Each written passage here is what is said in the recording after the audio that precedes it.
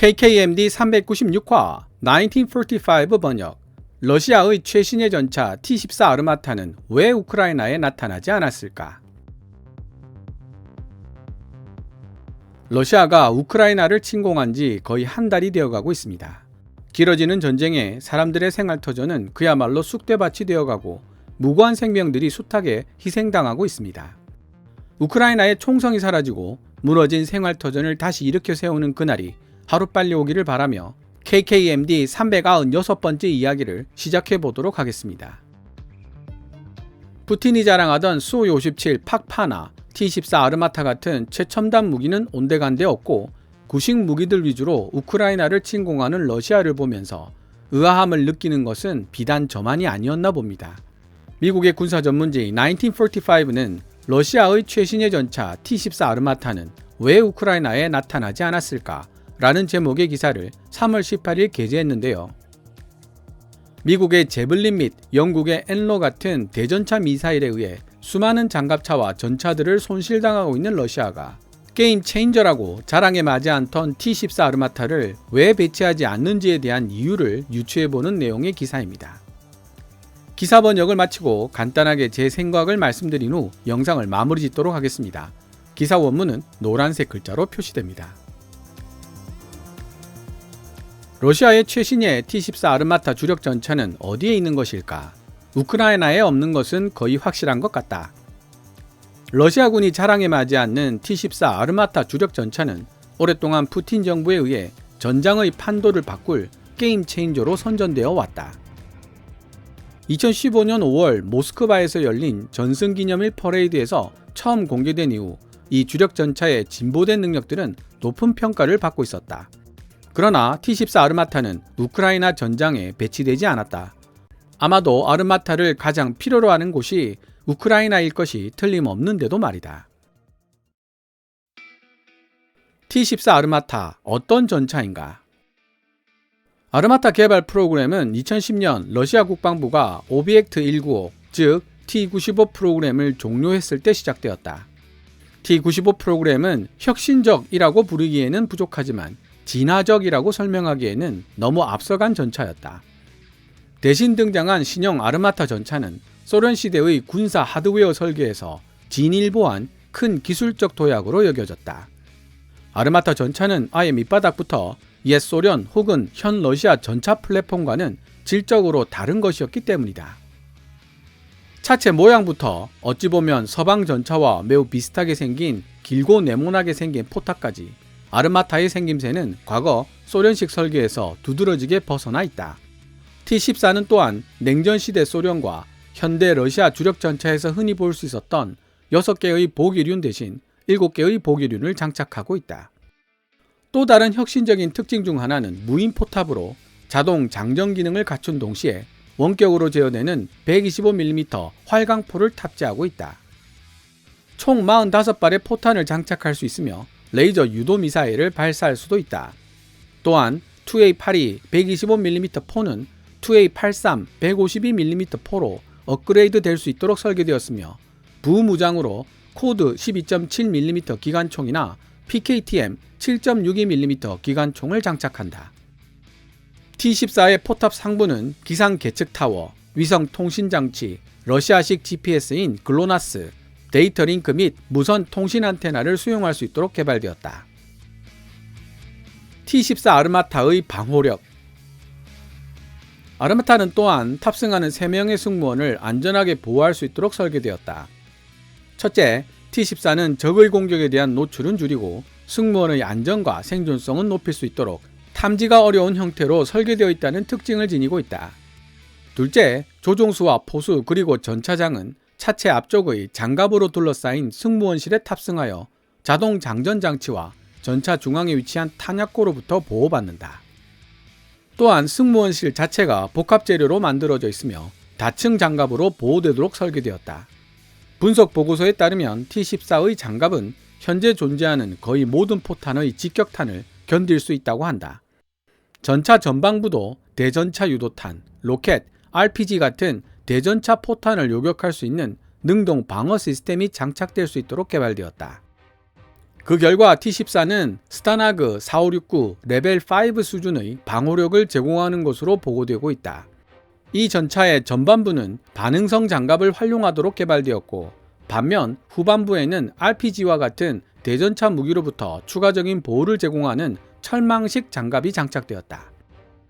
기갑 차량에서 승무원들의 편의성은 항상 뒷전으로 밀려나기 일쑤였지만 T-14는 내부 화장실이 설계되었기 때문에 승무원들이 급한 볼일을 해결하기 위해 전차 밖으로 나갈 필요가 사라졌다. 여기서 한 가지 의문이 생깁니다. 그럼 냄새와 소리는 어쩌란 말인가? 생명이 왔다 갔다 하는 전장에서 그까짓것 대수롭지 않다고 생각할 수도 있겠지만요. 그러나 우크라이나에선 보이지 않는 T-14. 단순히 생각해 봤을 때 T-14가 우크라이나에 없는 가장 그럴듯한 이유는 우크라이나에 보낼 수 있을 만큼 충분한 아르마타를 확보하지 못하고 있기 때문일 수 있다. T-14 아르마타 제작업체인 우랄바곤 자보트는 앞서 최초의 T-14 아르마타 전차들이 2018년이면 실전 배치될 것이라고 발표한 바 있다. 그리고 2019년 우랄바곤 자보트는 T-14 아르마타의 초도 분량 9대가 2019년이면 등장할 것이라고 말을 바꿨다.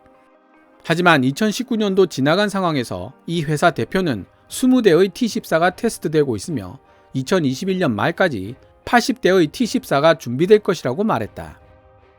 러시아 정부는 2021년 T-14 아르마타가 2022년부터 양산 과정으로 들어갈 예정이라고 발표했지만 러시아 정부의 발표와는 달리 이 새로운 최첨단 주력 전차는 제 아무리 빨리 서둘러도 2023년은 지나야 준비가 될 것으로 보인다. 과연 러시아가 T-14를 사용할까? T-14 아르마타가 우크라이나에 보이지 않는 것에는 알기 쉬운 이유가 있다. 간단하게 말하자면 러시아가 보유하고 있는 T-14 아르마타의 숫자가 너무 적어 효율적인 운용이 불가능한 것이다. 현재 우크라이나에 배치된 구식 전차들보다 더 빠르고 더 강력한 전투력을 지닌 T-14 아르마타이지만 몇 대 되지 않는 T-14를 실전에 배치할 이유가 없다. 이 최첨단 무기를 그들이 보유한 나머지 구식 전차들과 함께 배치한다면 오히려 T-14의 발목을 잡아 위험을 초래할 가능성이 높다. 하지만 고려해봐야 할 또 다른 사안은 현재 러시아 입장에서는 단 한 대의 T-14 아르마타도 일어서는 안 될 만큼 정치적, 경제적 여유가 없다는 점이다. 러시아 정부는 우크라이나의 저항이 이렇게나 격렬하고 효과적일 것이라고는 예상하지 못했던 듯하다. 그래서 러시아 정부에게는 반짝거리며 빛나는 그들의 새로운 장난감을 소위 푸틴이 말하는 특별 군사작전, 우크라이나 침공에 투입했다가 부서질지도 모르는 위험을 감수할 이유가 전혀 없었던 것이다.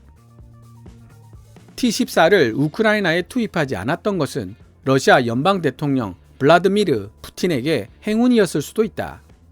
보도에 따르면 T-14 대당 가격은 대략 370만 달러, 한화 40억 정도인데 반해 미국이 만든 대전차 미사일 제블린은 T-14 가격의 20분의 1 정도에 불과하기 때문이다. 알려진 바로는 제블린의 가격은 대략 17만 5천 달러로 한화 2억 1천만 원 정도이다. T-14 아르마타의 가격이 40억대인 것은 루블화의 가치가 낮았던 것도 큰 원인이었는데요. 우크라이나 침공에 따른 경제 제재로 루블화의 가치가 더 낮아졌으니 아르마타의 가격도 더 낮아질 가능성이 있습니다. 하지만 서방 경제 제재로 러시아 산업 기반 자체가 흔들리고 있으며 러시아가 생산하는 군사 하드웨어에도 현재 러시아 기술로 대체할 수 없는 서방에서 만든 초정밀 부품들이 많이 들어가는 것으로 알려져 있습니다. 즉 서방의 경제 제재가 풀리지 않으면 이러한 부품을 손에 넣는 것이 어려워진다는 소리죠.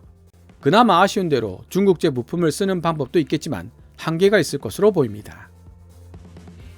우크라이나 군인들이 러시아 기갑부대를 상대로 미국산 FGM-148 제블린과 영국이 만든 대전차 미사일 엔로를 사용하여 큰 성공을 거두면서 제블린과 엔로의 효용성이 널리 입증되고 있다. 치명적인 경제 제재로 인해 이미 많은 어려움을 겪고 있는 러시아가 앞으로 감당해야 할 재정적 손실은 우크라이나에게 가해진 물리적 피해보다 훨씬 더 커질 수 있다. 간단히 말해서 러시아는 이 전쟁을 반드시 이겨야만 하지만 설사 이긴다고 하더라도 막대한 희생을 치르고 얻은 상처뿐인 승리가 될 것이라는 뜻이다. 그런 사실을 염두에 둔다면 T-14를 우크라이나에 배치하는 것은 금전적으로도 감수할 가치가 없는 위험일 뿐만 아니라 알려진 것이 거의 없는 비밀의 전차로 불리고 있는 T-14의 명성을 지키기 위해서도 피해야 할 위험에 불과할 것이다. 시리아에서 T-14 아르마타 한 대가 파괴된 것으로 알려졌을 때 서방 언론들은 이를 보도하기 위해 벌떼같이 달려들었던 적이 있었다. T-14 아르마타를 우크라이나에 배치하지 않음으로써 러시아는 T-14를 서방 세계가 두려워해야 할 잠재력을 지닌 강력한 무기이자 미스터리로 남겨둘 수 있다. 만약 우크라이나 군이 T-14 아르마타를 한두 대라도 파괴하는 일이 벌어진다면 전 세계적으로 상당히 파급력 강한 사진 작품이 만들어질 수도 있는 것이다. 크렘린궁에 살고 있는 독재자는 어쩌면 단순히 그런 일이 일어나는 꼴을 볼 수 없다는 이유로 T-14를 우크라이나로 보내지 않는 것일지도 모른다. 지금까지 2022년 3월 18일 미국의 군사 전문지 1945가 게재한 기사를 번역해 보았습니다. 기사를 읽으며 필자가 이야기한 대로 실제 T-14 아르마타가 우크라이나에 배치되었다면 많은 밀리터리 매니아들의 관심을 한몸에 받았을 것이라는 생각이 들었습니다. 동시에 평소 러시아가 자랑해왔던 첨단 무기나 정밀 타격 무기들이 우크라이나에서 제대로 작동을 하지 않거나 높은 불량률을 나타내고 있는 것으로 알려지면서 민주적 통제와는 거리가 먼 권위주의적인 정부 아래에 있는 군대의 전투력이라는 것이 얼마나 쉽게 손상될 수 있는지를 다시 한번 확인할 수 있었습니다.